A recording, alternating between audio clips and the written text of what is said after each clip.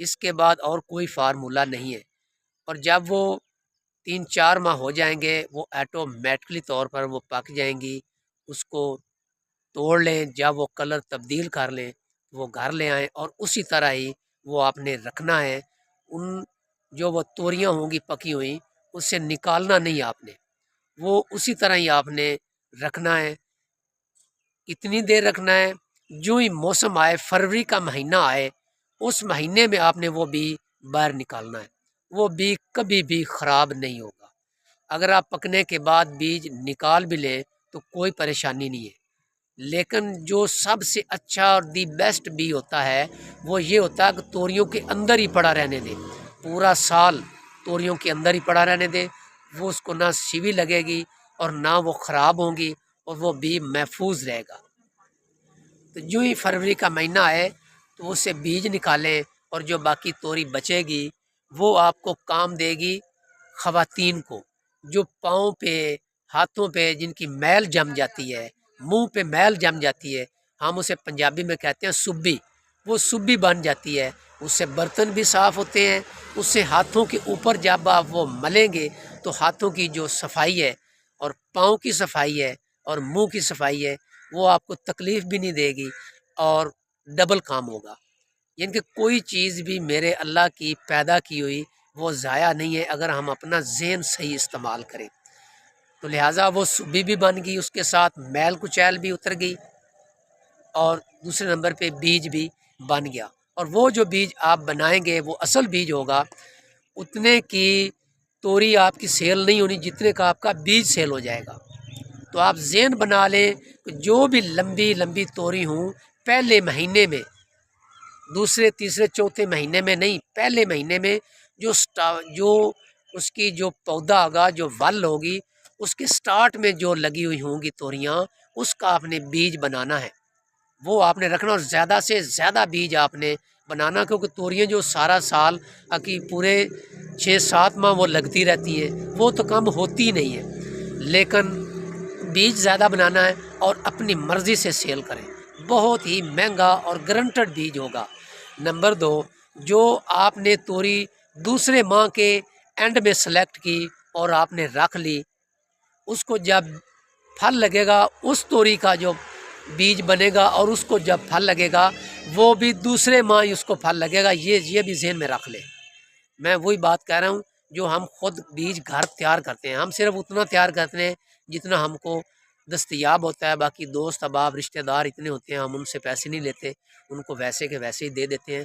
لیکن نیکسٹ انشاءاللہ میں اس دفعہ زیادہ تیار کروں گا، اور جو بھی مجھے فون کرے گا میں اس کے ساتھ محبت کروں گا اور اسے مفت دوں گا۔ جو بازار سے ملتا ہے وہ تو بھائی پیسے لیتے ہیں، لیکن 2-3-4 کلو کے کیا یار پیسے لینے ہیں، یہ دل کو سمجھانے والی بات ہوتی ہے۔ جس گھر میں کوئی مہمان آ جائے وہ خوش قسمت گھر ہوتا ہے، جس گھر میں کوئی چیز مانگنے آ جائے اللہ کی مخلوق وہ خوش قسمت گھر ہوتا ہے، اور اس گھر کو اللہ 4 چاند لگا دیتا ہے۔ پیسے مل جاتے ہیں، کسی سے لینے ہوتے ہیں اور کسی سے نہیں لینے ہوتے ہیں۔ پیسے اگر آپ نے لینے ہیں کسی دوسرے آدمی سے لیں، دکانداروں سے لیں، لیکن اپنے پڑوسیوں سے، اچھے اچھے دوستوں سے نہ لیں۔ ہر کسی کو آپ سے توقع ہوتی ہے۔ یہ طریقہ ہے بیج بنانے کا۔ جن بھائیوں نے توری بھنڈی کا بیج لگا لیا ہے وہ بھائی جو پہلا پھل تیار ہو رہا ہے اسی میں وہ سلیکٹ کریں اور ان کے ساتھ کپڑے باندھیں۔ جو بھنڈی ہے اس کے ساتھ کپڑے باندھنے کی ضرورت محسوس نہیں ہوتی، اور جو توری ہوتی ہے اس کے ساتھ نشانی لگانے کی اشد ضرورت ہوتی ہے، کیونکہ انسان بول کر وہ توڑ لیتا ہے۔ یہ طریقہ ہے توری کا بیج بنانے کا۔ اگر میری ویڈیو آپ کو پسند آئے میں دوبارہ آپ سے ریکویسٹ کرتا ہوں، میرا حق بنتا ہے آپ سے اچھی اچھی گفتگو کرتا ہوں، میری یہ ویڈیو لائک بھی کیا کریں، شیئر بھی کیا کریں، اور کمنٹس بھی دیا کریں۔ ہو سکتا ہے گفتگو کے دوران کوئی نہ کوئی مجھ سے مسٹیک ہو گئی ہو، میری بھی رہنمائی ہو سکتی ہے۔ اور الحمدللہ جب بھی آپ کمنٹس کریں اپنا نام اور اپنے ضلع کا نام ضرور اس میں لکھا کریں تاکہ مجھے آپ کے سوال کا جواب دینے میں آسانی ہو۔